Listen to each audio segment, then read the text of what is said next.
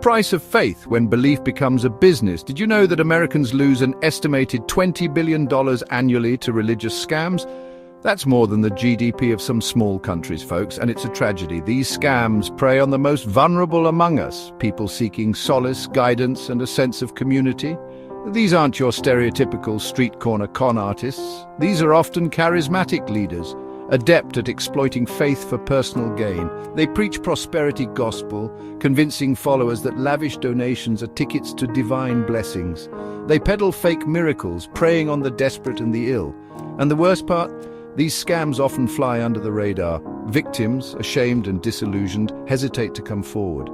Law enforcement agencies, wary of infringing on religious freedom, may be hesitant to investigate. This has to stop. The sanctity of faith should never be a license to steal. Anatomy of a spiritual scam: money, manipulation, and misery. So how do these scams actually work? It's a toxic cocktail of financial fraud, emotional manipulation, and spiritual abuse. Let's break it down. First, the money. Scammers often demand exorbitant tithes, sometimes claiming that God won't bless those who don't give generously. They pressure followers into making large investments in dubious ventures, promising heavenly returns. They might even guilt-trip individuals into handing over their life savings, using scripture out of context to justify their demands. Then comes the manipulation. They isolate followers from their support networks, creating an environment of fear and dependency. They use fear-mongering tactics, claiming that questioning the leadership will incur divine wrath. They might even resort to public shaming, publicly denouncing those who dare to dissent. This toxic brew of greed and control can have devastating consequences, and that's what we'll explore next. Scars left behind. The devastating impact of religious fraud. The damage inflicted by these scams goes far beyond financial ruin. Victims often experience profound emotional and psychological trauma. Imagine the betrayal, the shattered faith, the crushing guilt of realizing you've been duped. Many victims struggle with anxiety, depression, and even PTSD.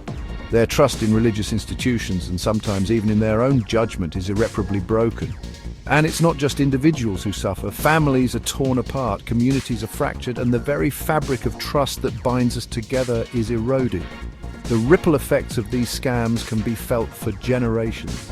The human cost of religious scams is immeasurable. It's time to shed light on this dark underbelly of faith and empower people to protect themselves. Fighting back, exposing the tricks, and empowering the faithful. So how do we combat these predators masquerading as shepherds? Knowledge is power. We need to educate ourselves and others about the tactics employed by these scammers. Be wary of leaders who preach prosperity gospel or demand unquestioning loyalty. Question extravagant lifestyles that seem incongruent with their message of humility. Be cautious about organizations that operate with excessive secrecy or refuse to disclose their finances.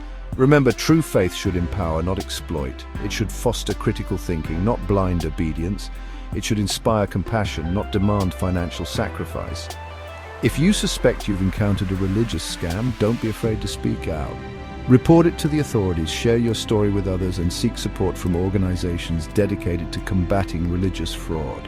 Let's work together to ensure that faith remains a source of hope and solace, not a tool for exploitation and abuse.